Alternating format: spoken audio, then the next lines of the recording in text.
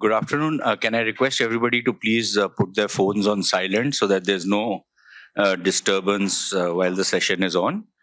Um, Welcome everybody to this interactive session with Professor Gaurav Bhattarai, who's an assistant professor at the Tribhuvan University. I know the current days are not about any other country but a certain country on India's western border. But I think Nepal is an extremely important neighbor. And we are lucky to have Professor Bhattarai talking to us today. I'll request him to kindly give us some idea from his perspective of what is happening in Nepal in the internal political domain, the kind of political tussles that we are seeing, the Nepal China relationship and its impact on India, the issue of which has suddenly erupted of monarchy, which has now come up, and of course any other topic that Professor Bhattarai would want to talk about. So, Professor Bhattarai, the floor is yours. I suggest that if you can go on for about 30 minutes or so that then we can spend the rest of the time on Q&A, and my friend Mr. Gupta here threatens to have a lot of questions to throw at you. So I'm sure a lot of people would be interested in that. So maybe about 30 minutes you can give us. Thank you. That'll be wonderful, sir. Yeah, please. Thank you. The floor is yours. Okay. Actually, like when this, the flyer was sent to me, like economics, politics, and geopolitics, that reminded me two things. One, the book by Professor Hers Pant. Once he came up with a book like Politics and Geopolitics. So that flyer actually reminded me that, and because, of course, we did a few, the economic theories and economic third back in our university days, but still I'm not I have not been teaching this development economics or political economy. So I'm not going to shed light on maybe on the economic dimension of the issue, but with this note, we in Nepal, like last Friday, President Paudel, he came up with the new programs and policies for the Nepali state. He introduced those policies and plans, and so we can find those program policies, of course, in internet, and media have heavily reported that. So, and when it comes to media narrative about those policies and plans, they foregrounded two issues. I mean, the media narrative centered on two issues. One, how the plans and programs concentrated on combating or resisting the pro-monarchy sentiments, because when I was looking at these plans and programs, I saw the lines very clear, like how the elements what have been quoted as something like anti-republican or let's say status quo or something like that. So they made it quite clear in the plans and programs that now they are going to resist against that collectively. The first thing, and second is very interesting to look into, how the remittance that Nepali state has been receiving so far. Now they here refers to the self-claimed Republicans in Nepal, or you can call the the political parties which claim themselves as the Republicans. Okay. So, because maybe this is also an appropriate time to mention about my upcoming book, which is more about the same kind of contestation, how the pro-monarchy forces and the self-claimed Republicans have contested, and that give birth to a kind of new kind of power elites, or let's say a kind of which is more of a demagogic in nature and more driven by the populist trend. That is not only a kind of Nepali feature, but also you see that in a very global political environment today. So coming back to those plans and programs, how the next thing, economically speaking, was Nepali state intends to utilize the money that comes from remittance into the hydropower. That's very interesting, because this issue came at the time when the United States decided to suspend its MCC project. And interestingly, all of us, I don't know how many of us are aware to this fact that the contractors were issued, things were, even the work were in progress particularly, concentrated on the construction of the Butol, Gorakhpur power transmission line. And the same money from the MCC was being used for that. So now we can imagine the status of this project when the new plans and programs that was unveiled back on Friday intended to use the money that the remittance, the migrant workers' money back in the hydropower project. So I think these two issues have been largely highlighted by the Kathmandu-based media. So I think it's these two narratives, But coming back to the dominant narratives that we see in Kathmandu and beyond Kathmandu, the another narrative that I find largely being emphasized is the presence of China in Nepal. And if you ask a guy like me, born and brought up in Kathmandu, and so if somebody comes and asks me, so what are the social, cultural, what are the social and cultural indicators, or let's say where China have influenced largely, I would say I'd give very, maybe if I have to grade somewhere from 1 to 10, maybe I'll grade somewhere 0.5 or something like that. But if somebody comes and asks me, where would you put the influence of China in the maybe in the economic and the financial environment, then maybe I'll put somewhere 4.5 or 5. Because why this issue is, why I'm just trying to highlight suddenly this issue after trying to kickstart the talk with the plans and program is because the investment climate in Nepal, you'll find being mentioned in the plans and policies in such a manner that they are going to, they once again here refers to these self-claimed Republicans. And the way they have emphasized this issue through the tax reform, financial reform, digitalization, everything that you see in the new plans and policies. So I think automatically the investment issue comes in, and that's where the focus lies, because once the suspension of the MCC projects, the another narrative that you find in press is of the possibility that the Chinese state may increase its investment in Nepal in the same manner that it happened in 2017 or 2018. Of course, a little bit on 2019, and after 2020, it was almost once again we see the Indian investment, increase. So we see how it was downsized after COVID-19 pandemic. Maybe some of the reporters say that it's because of the COVID-19 pandemic and the economic decline that the Chinese state have seen so far, and some also point to the increase of the United States and the lobby or the role of interlocutors or the rendezvous that we saw that really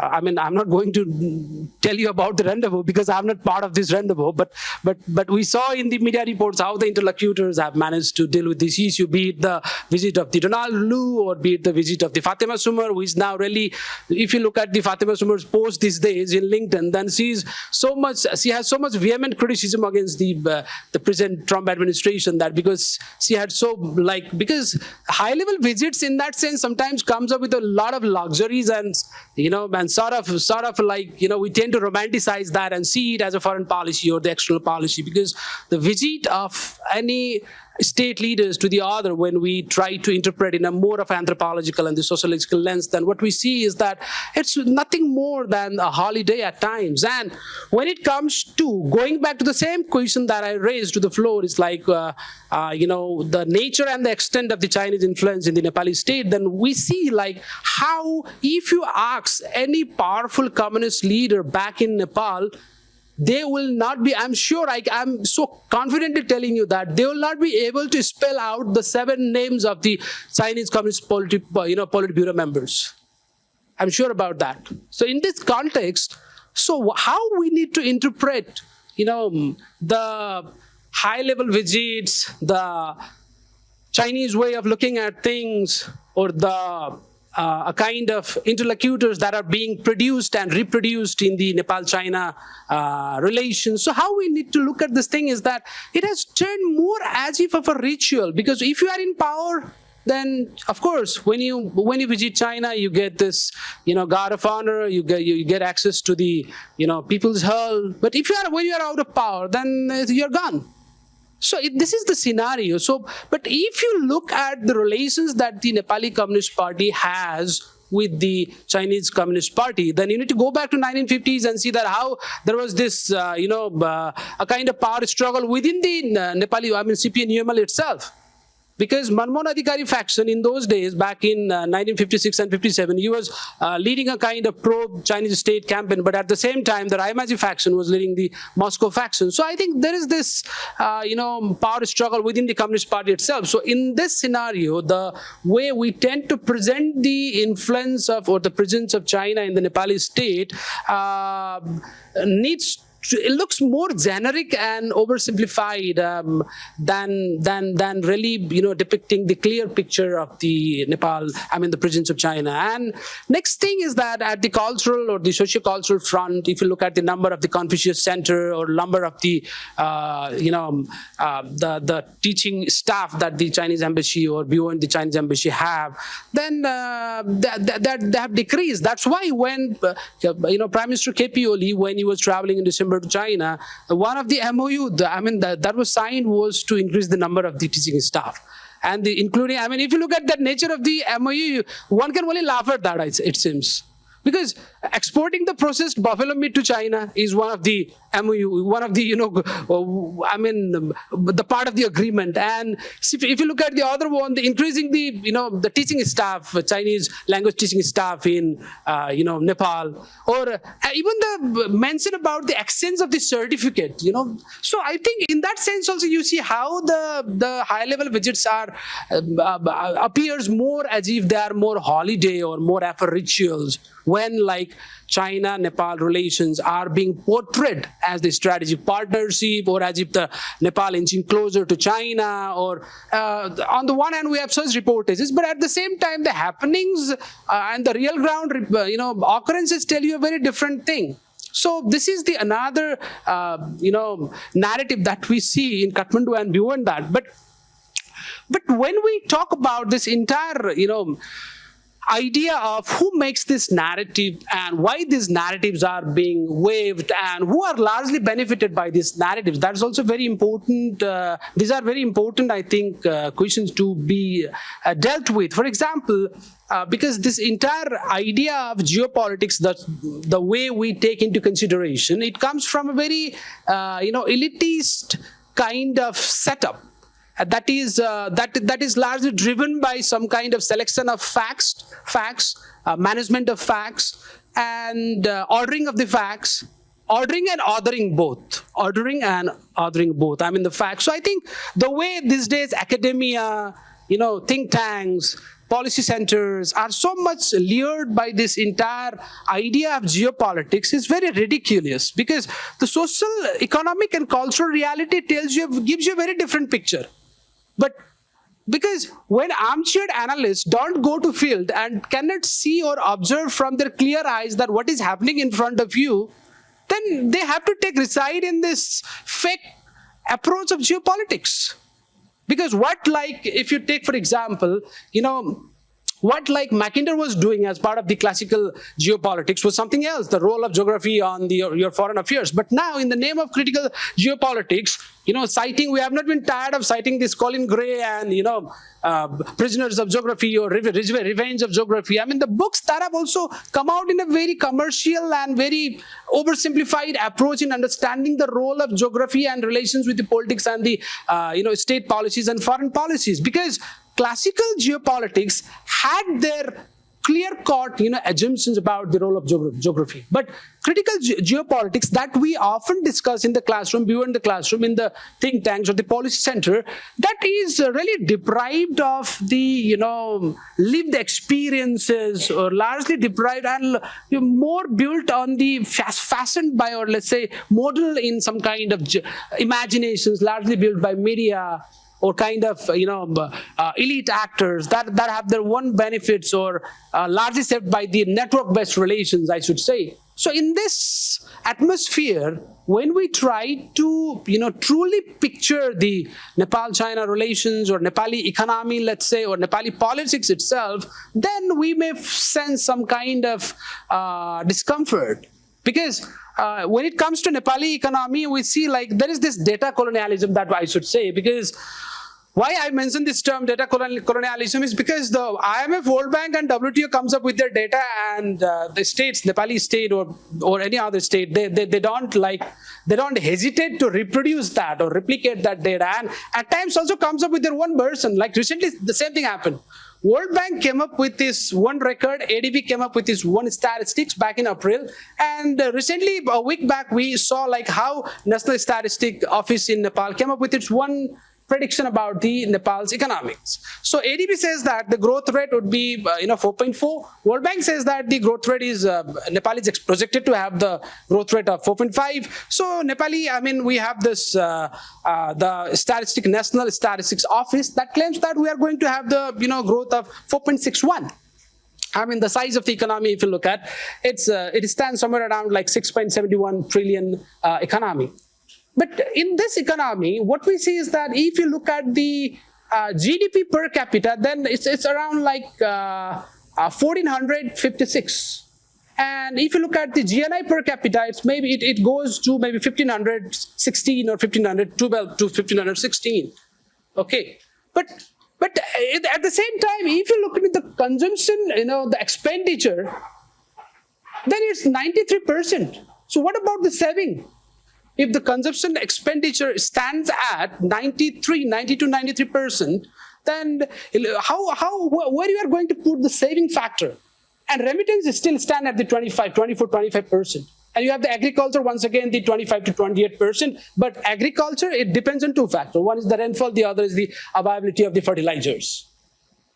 Okay, and when it comes to the import and export, of course, the trade deficit we have, if you look at with India and China, with China we stand somewhere around like 210 billion, and with India we stand somewhere around like 516 billion, I think. So I think we have that massive trade deficit existing between, and so problem of balance of payment is there. So this is I'm just trying to give you the picture of the Nepali economy, since the flyer mentions about the the economic issue. But in this economic condition, as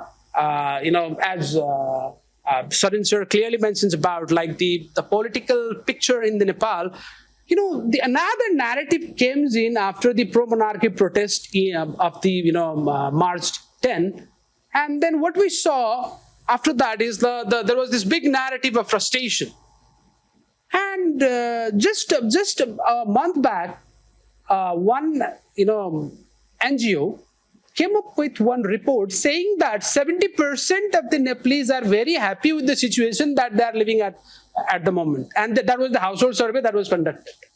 So media didn't think about going to those reports and say like how to whip this entire narrative of frustration. Because the simple, very predominant narrative that came out to us was the narrative of frustration. So it says that the people are frustrated, people are disappointed with the present government, so they want big change, so they want to have a kind of monarchy back to the palace. So this was the narrative. But if you go and ask any political scientist who is much more looking at the thing in a very political psychological, from the lens of the political psychology, don't you think that the media person are justified to mention about the cause of frustration? What are the cause of frustration? So they go and take the interview of the 2 or 3 people very randomly and ask that so they are frustrated because they don't like corruption. Okay, so we know that there is corruption. We know that there is the issue of misgovernance. We know that there is the issue of misappropriation, but that are not the sole reason of public being frustrated and joining the campaign that was largely planned and of strategic nature. So you may be wondering to know who planned and what kind of strategy they have. Now, I think that this is a very simple strategy to come and join the government. Earlier, they were part of government in 2023.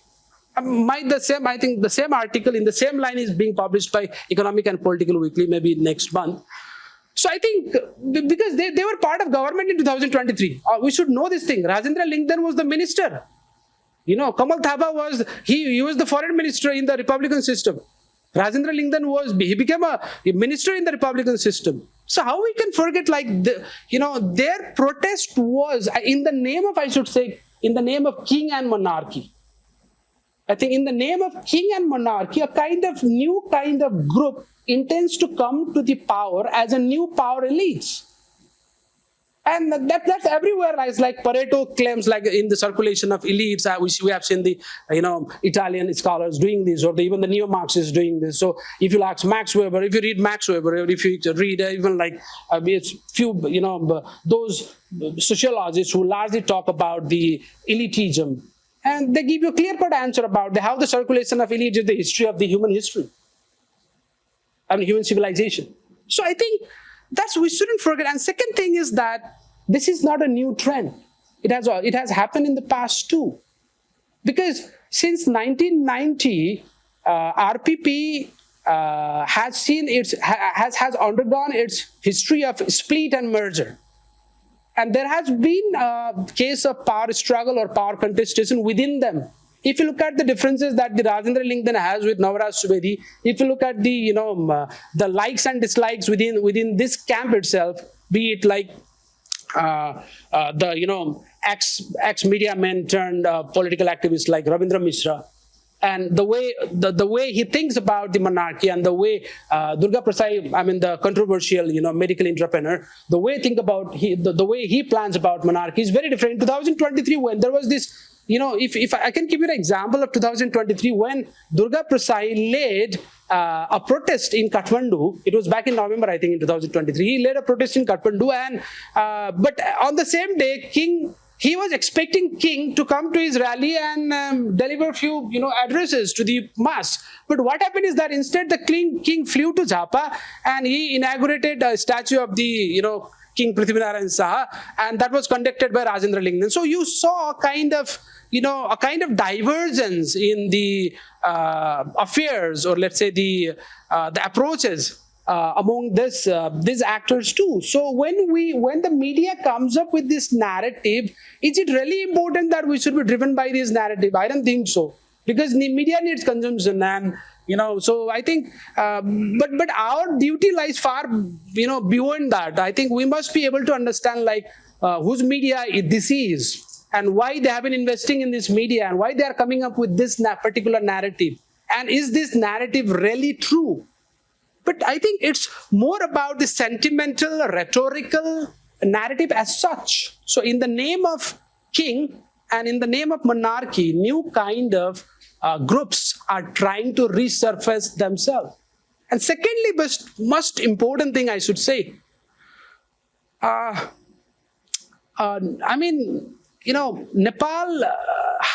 has a new kind of voters these days.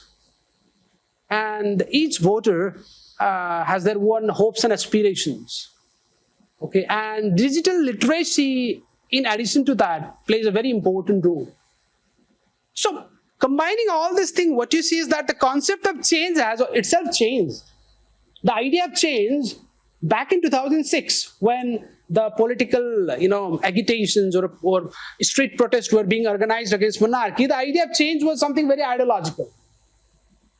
But today, if you look at the idea of change, it is very fleeting. It is something like you are not satisfied with your friends and families, you come out of the street, join the monarchy. And interesting thing is that,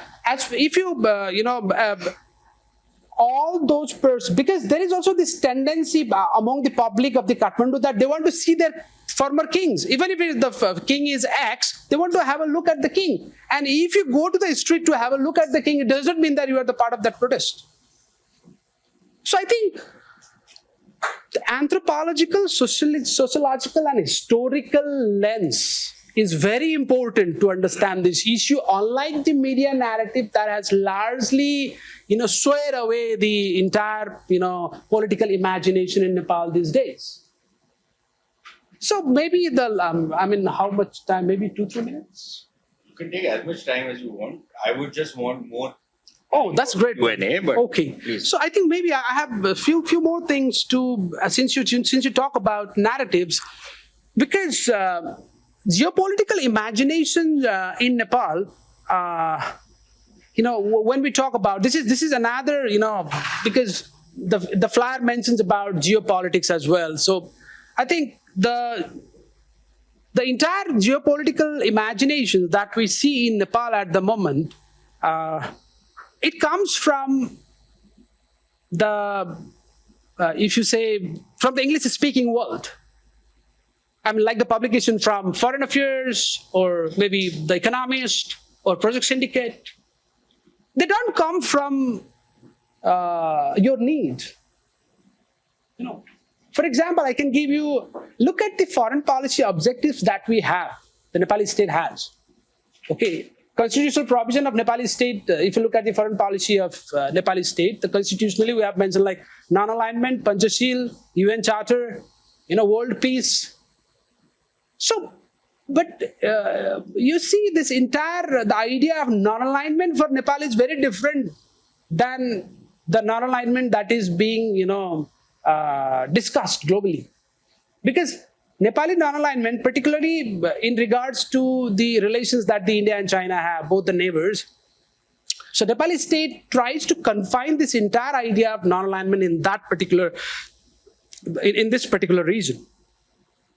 And when it comes to Panchashil, there are two versions. One is like the scholar like Leo E. Rose, who worked in South Asia, particularly in the strategic affairs, back from 60s to late 90s. So when he came up with this, study that the Panchashil that Nepal adopted was actually, of course, after 1950, deal of India and China over Tibet that Nepali state happened to embrace it.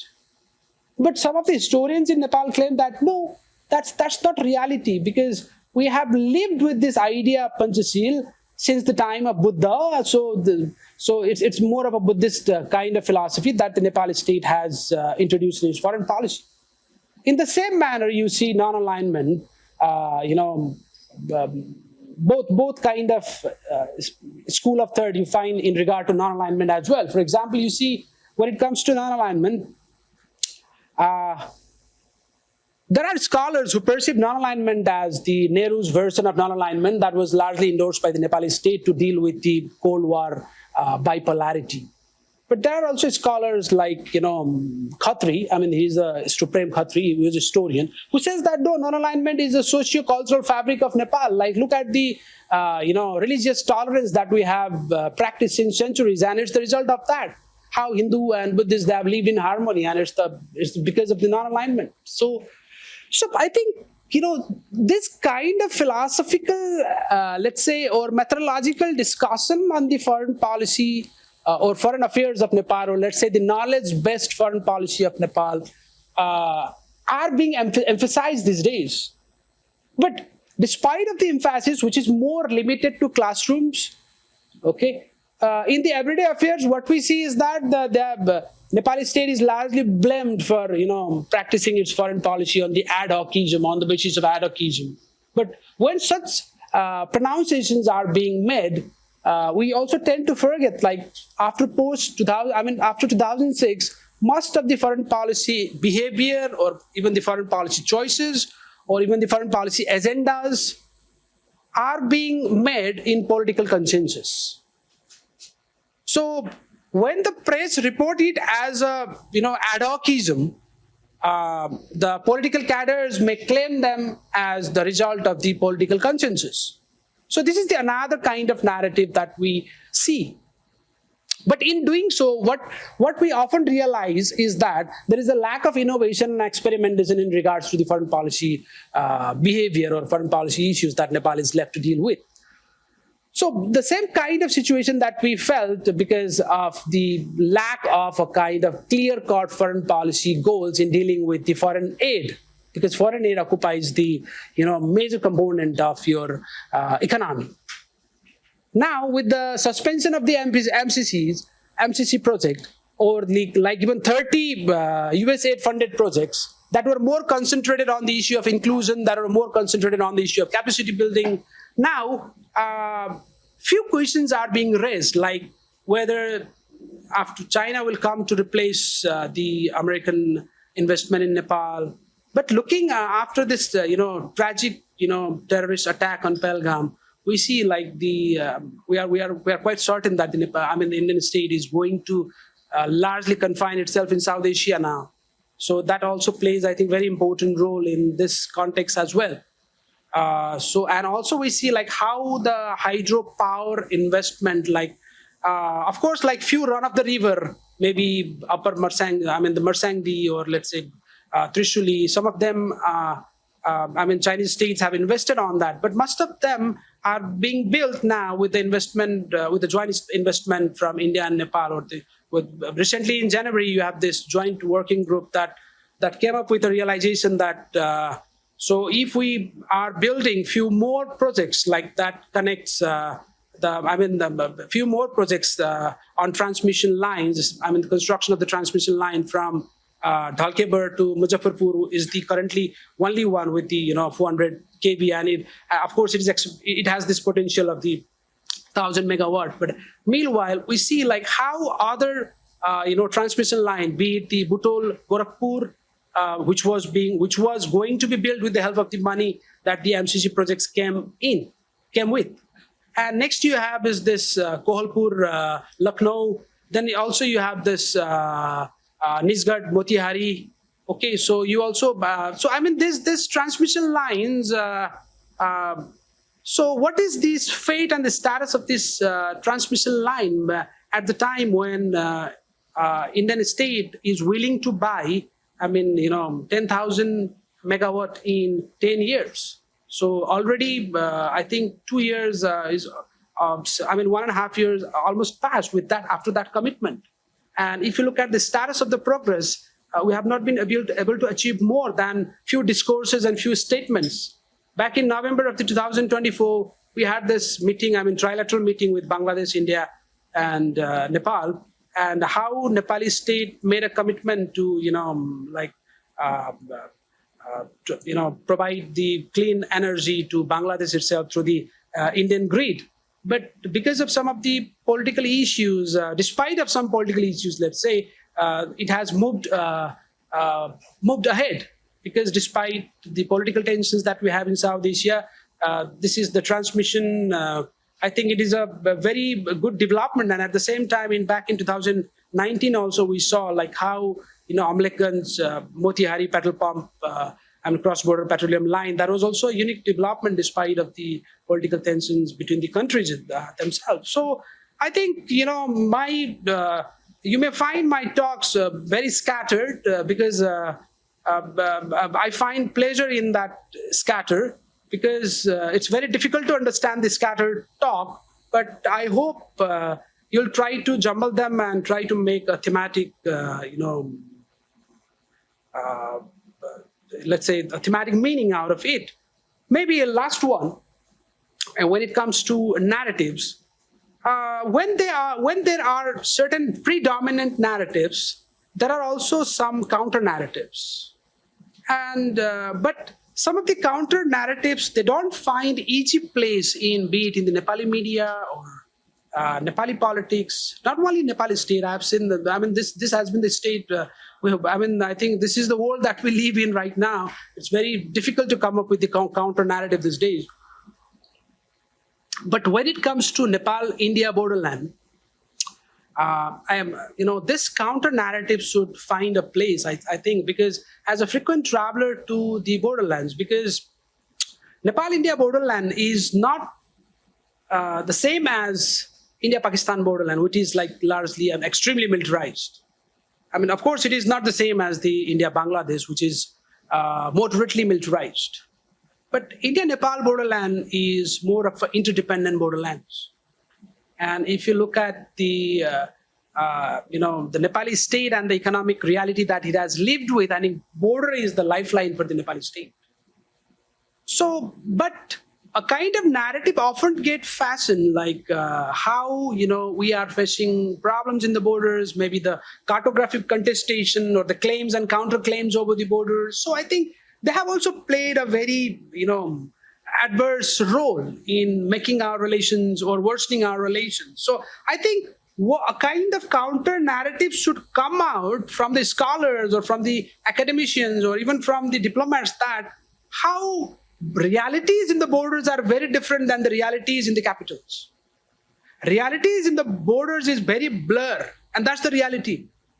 There is the presence of shifting loyalties, and that's fine. What's wrong in having a shifting loyalties in the borders? But this is the beauty of the borderlands. But capitals of the both countries, I think it's very important to admit this fact that the realities in the borders are very different. I'm not just telling you about the roti beti, or the cases of roti beti has largely decreased these days.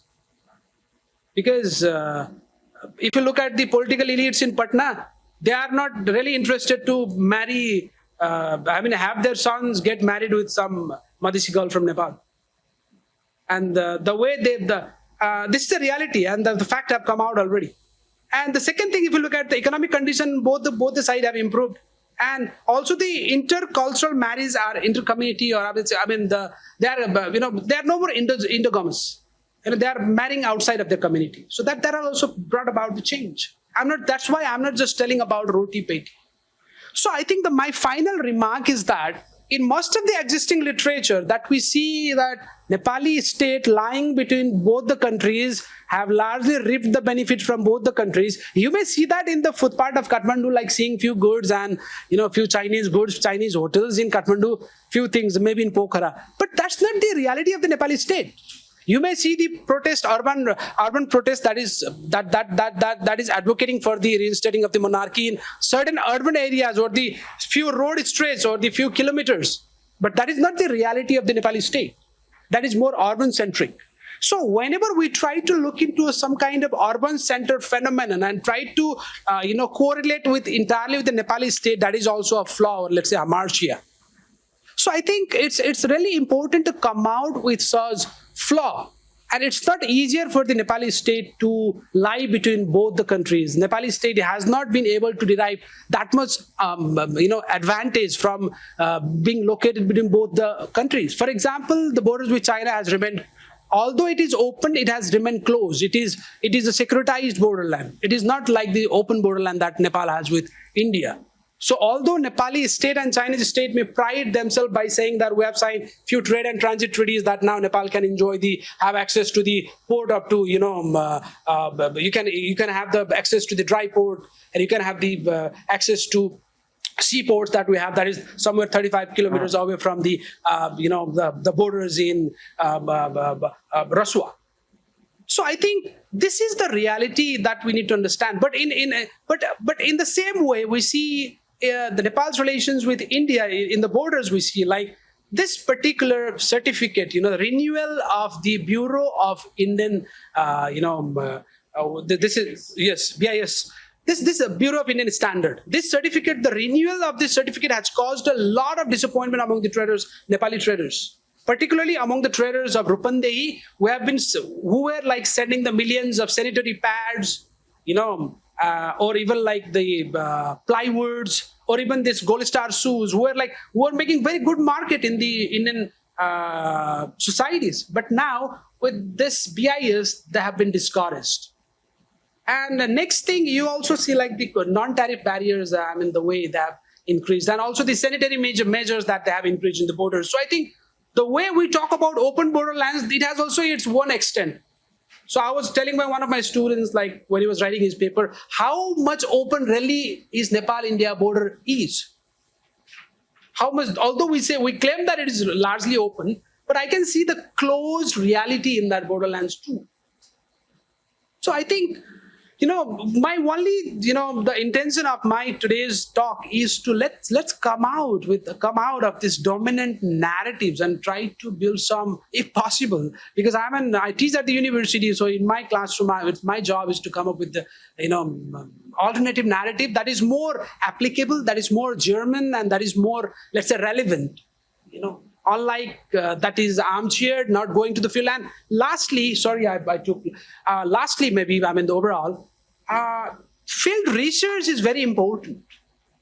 Sometimes, despite of the biasness that researchers have, sometimes field work and a kind of anthropological and sociological approach to understanding the issue may take you a little bit closer to the reality, although that is not the ultimate reality.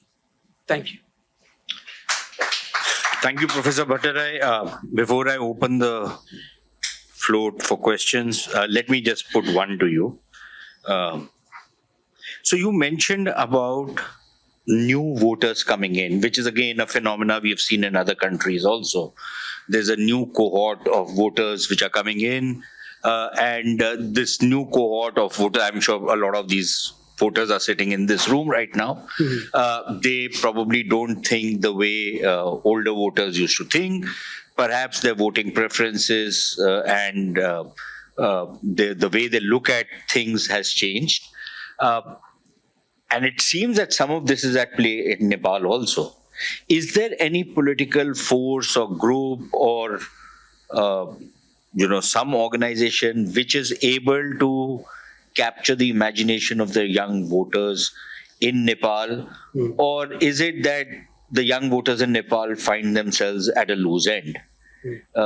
What exactly is the situation insofar as this politics is concerned? If you want, I can take maybe 4 or 5 more questions and then... Sure.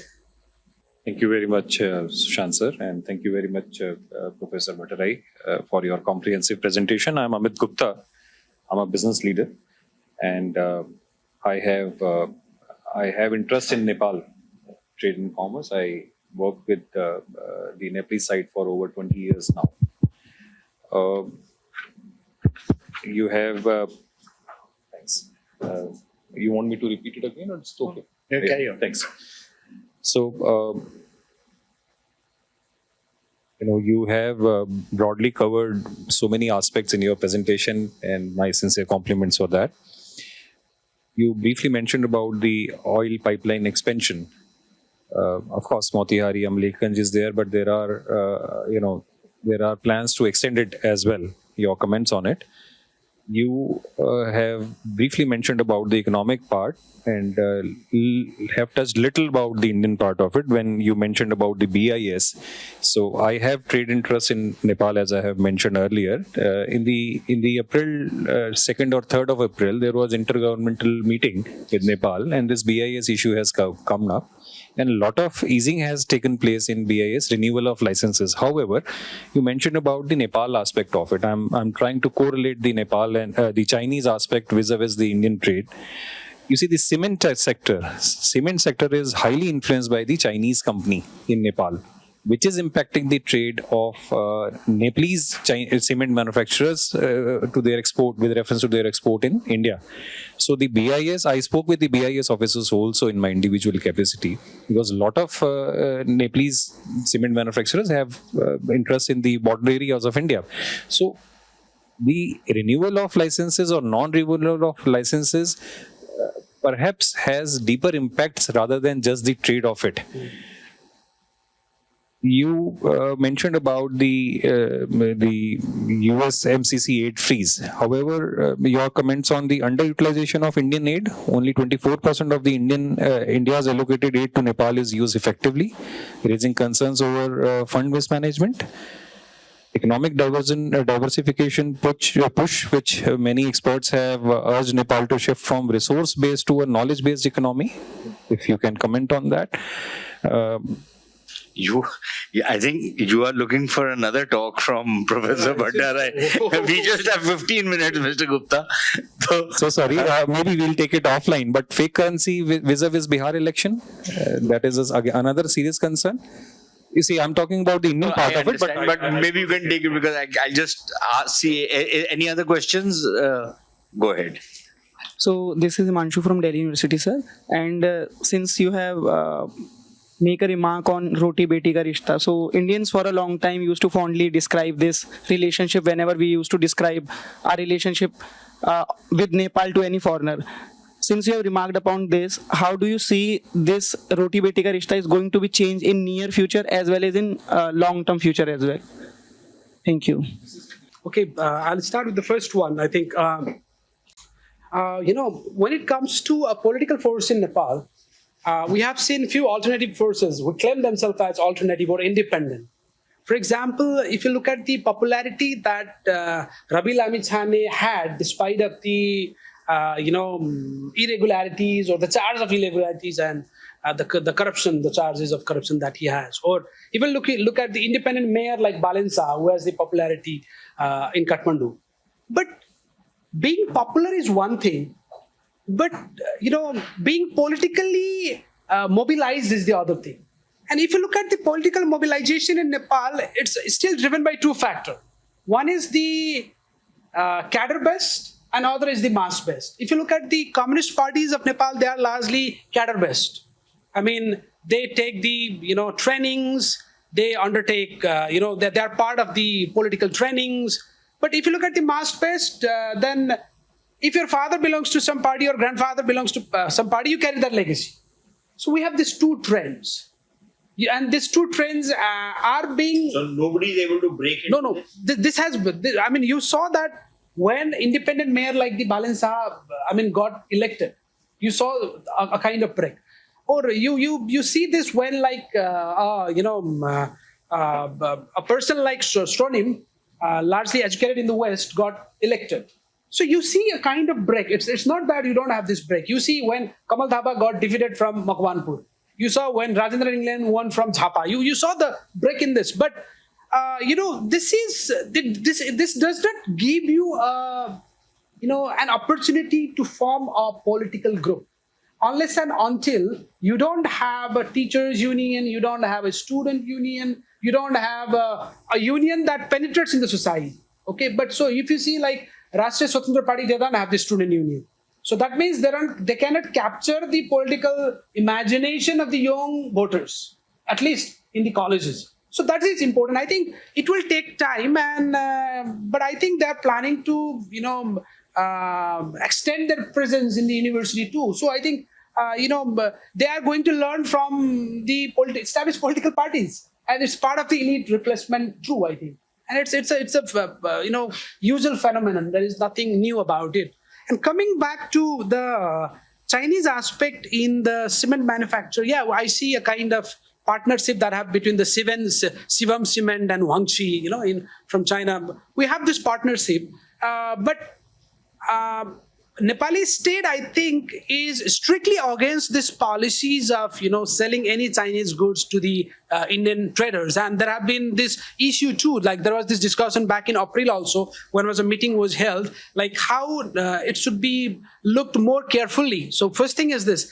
And second thing is Nepali, it's not my question actually. I think Nepali, foreign policy observers are often making this comment like, what about the pharmaceuticals in India? They do have the their pharmaceuticals is 70% dependent on the Chinese supplies, and what about their yes. So I think global phenomenon. It is not restricted. So I think we have this trend there also. So I think these claims and counterclaims about like the Chinese aspect, but if you ask me personally.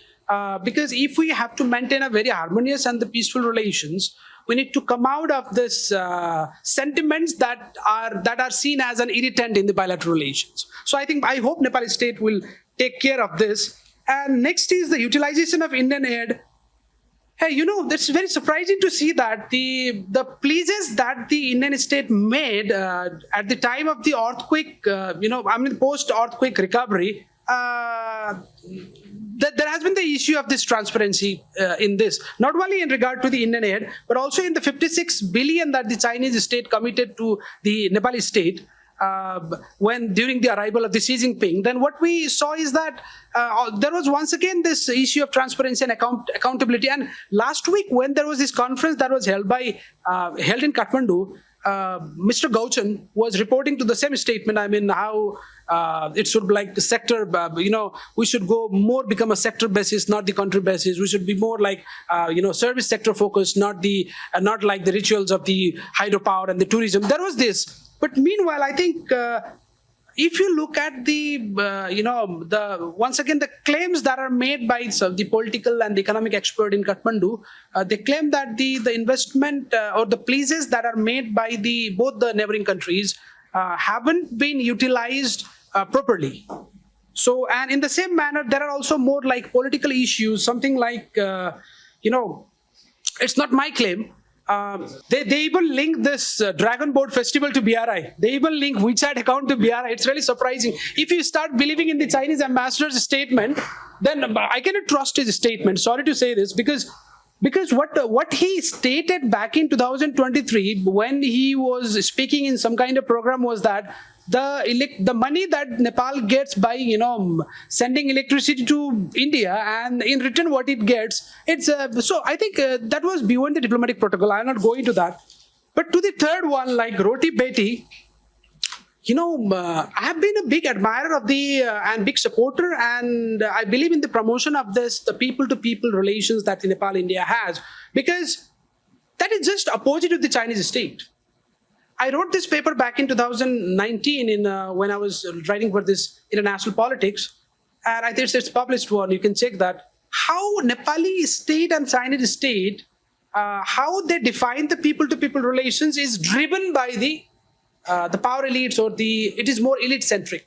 The people-to-people relations that exist between Nepal and China, it's more elite-centric. And I have also done one ethnographic study of the Nepali students, studying in Sichuan University. And there was this long hue and cry over it. The Chinese ambassador carried my report for a long time, and showing to all the university professors those days. But despite this, what I'm trying to tell you is that the relations that Nepali people has with China before 1950, and even Dorbadra Bista, the Nepali sociologist, he made it quite clear if Nepali were living somewhere outside of Nepal, and in that large amount, that was in Tibet back in 1950. But now things have changed. But it doesn't mean that we didn't have the people-to-people relations. It was with Tibet, not with the mainland China. And when we talk about mainland China, there is this two facet. One is one China policy. What happened in 2000? Let me just this is very important. I think what happened back when Pushpal Dahal when he was a prime minister and visiting Beijing. Nobody actually knows this. Actually, what happened is that they changed this one China policy into one China principle. And Rupakji was a good friend of mine. The advisor to the PM. And I asked him in a very informal manner in one of the conversations, like, Rupakji, what do you think? You are the the advisor, and you know the Chinese very well. You are educated in Renmin. I'm taught in Renmin. So what do you think about this issue? They asked it and we did it. This is not the way. Because if you look at it from the domain of law, if you look at it from the domain of political science, policy and principles, they are very two different entities. Okay, so I think I'm not going to move into that issue, but what I'm just trying to tell to you is that it comes. It's when we talk about, when Nepali state talks about the one China policy, it's more about the Tibet issue, I think. So, but unlike the Roti-Beti relations that the Nepali state has with the Indian side of the border, that is more, I find it more influenced by the Bollywood movie as well these days. And that's very important. Because Nepalese, we grew up listening to Bollywood songs and watching Bollywood movies, and that has really inspired us to develop the relations. And I can speak a good Hindi because of the Bollywood movies. But if I go to somewhere in Trichy or somewhere in Rameswaram, and I ask, Rameswaram is fine, they speak Hindi. But if I go to Trichy, somewhere in Tamil Nadu, and if I want to ask a auto driver, just aap mujhe udhar leke chale jao, to he will not speak Hindi. So I think this relations that we have particularly with the UP, Bihar, and Uttarakhand. This is very, even with West Bengal. I think this is very important, and I think the tendency to preserve it should increase it at the policy domain or at the even political domain. But it is what I'm just trying to your question, like, will it increase? Look, there have been few irritants, not because of the claims and counterclaims or the cartographic contestation, or because of the border issues. They are not the irritants, because people-to-people relations have that potential to change the state relations in the Nepal-India relations. And that is just opposite in the Nepal-China relations. So I think taking this into consideration, it depends on the hopes, expectations, and aspirations of the youngsters on the both sides of the countries. Next up, 1 second. 1, 2, who else? 3. Okay, go. There's a mic in front of you, just use that. Right. I'm Siddhant from JNU. So I wanted to ask you, you were talking about building people-to-people interaction into IR theorization and foreign policy analysis. But in the context of India-Nepal, you are saying that people-to-people has been, like you also pointed out that elite exchange has been decreasing. The elite, presence in the, whole people-to-people context has been decreasing. So how far and in what ways, that people-to-people will impact foreign policy between India and Nepal? I mean, you already highlighted some aspect, but if you could be specific in like particular ways. And secondly, you also highlighted that that India will be more focused in South Asia due to the recent terrorist attack.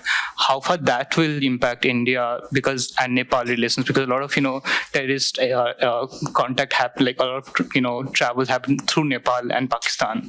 So I mean, where does that come in? And I mean, that's all. Amitji? So I'm a class 12 student from the modern school.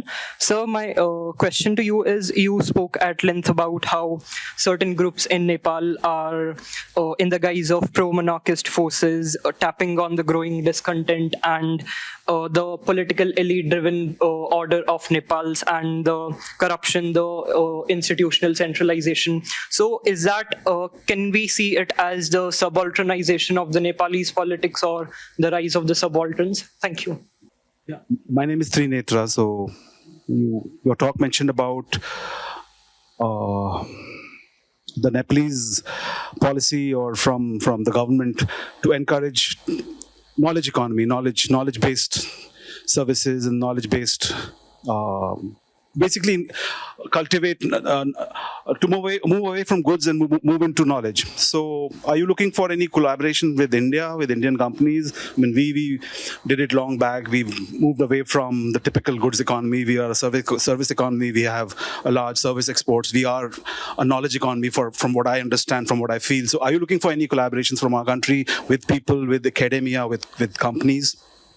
Is there any other question? Because then I'll just please carry on and quickly ask us. It's been seen in the news that there has been rising apprehensions in the common citizens of Nepal regarding the India and the Nepalese relation.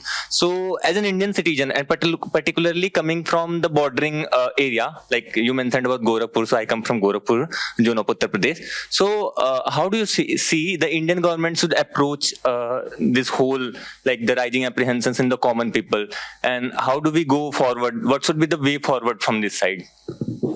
Yeah, thank you. A lot of questions. So, starting with the first one, people to people, I mean, in the borders, one of my student is working under me. It's not the part of his dissertation. He's studying somewhere in the West, and two students, they're working under like how Nepalese have relations with India even after death. So it's more of the post-death people-to-people relations that we're working on, and they're interviewing the pilgrimage, and the centers, the rituals that they conduct, and so Nepalese have this tendency to practice the post-death rituals in Kashi, Banaras, Gaya, which means you have the relations even after death. So you cannot escape this. First thing. Second thing is the role of language, I should say, to his question also, it depends on how, if I'm willing to, because I often, if I have to do a haircut in Nepal, I often go to, to trim my hair, I go to a salon who has a barber from Motihari or Muzaffarpur or Betia, and when they communicate, I hear that I can really understand their, lexicons. So I think this sense of understanding with each other should be developed. I mean, it's more about work. It's more, Nepal is also one of the largest remittance sending country to India, particularly to UP and Bihar.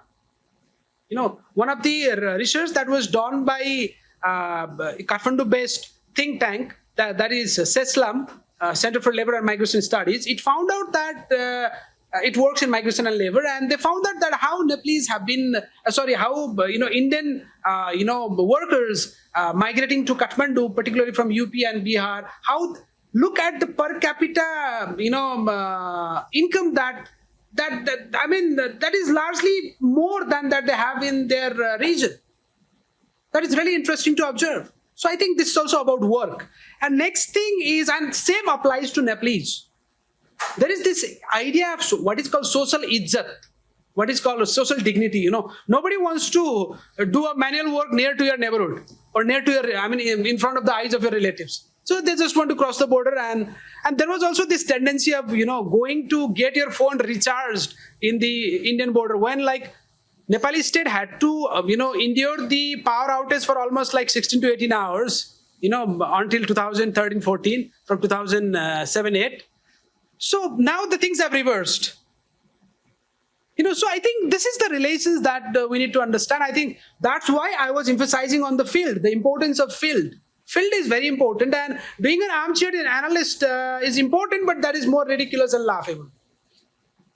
Next is, if you look at the role of remittance I talked about, or the work, livelihood, culture, yahi to hai sab kuch, then I think the rise of subaltern, I don't see them as subaltern because you are doing your, the +2, because this subaltern movement is very different than, because if you look at the money that is required to organize this mobilization, you'll be surprised.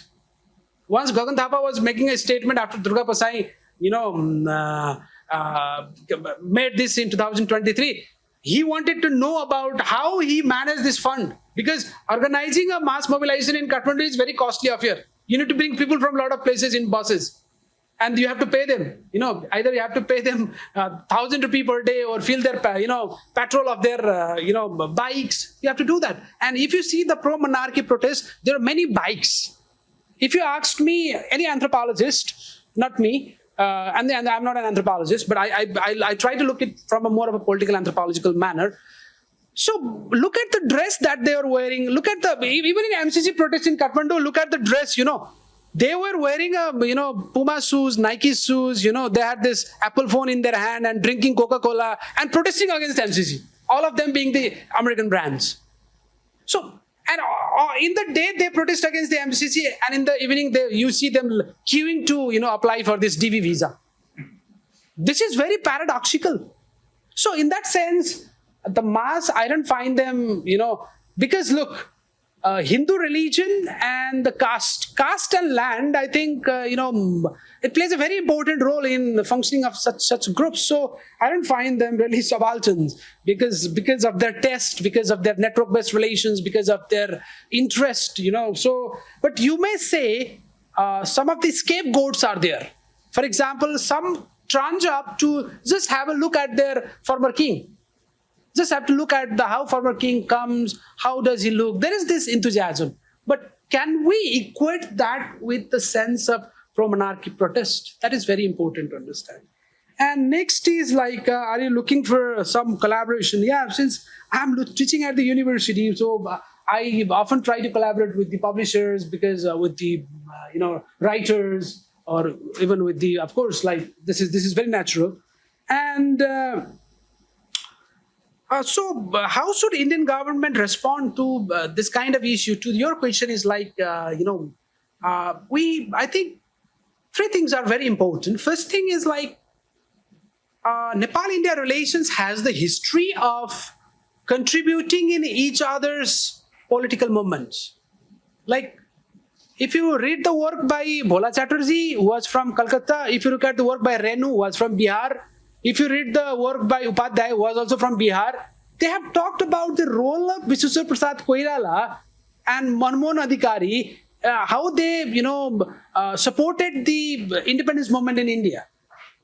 But at the same time, you also see how Bhola Chatterjee, Upadhyay, and Renu, they also become the part of the, guerrilla, or let's say not guerrilla, the militant, the political militant that was built to end the Rana rule in Nepal. So I think, but this group of people, or let's say this class of people, now have, maybe of course, like because of age, because of death, because of generations, now a kind of new generations have, surfaced in both the countries.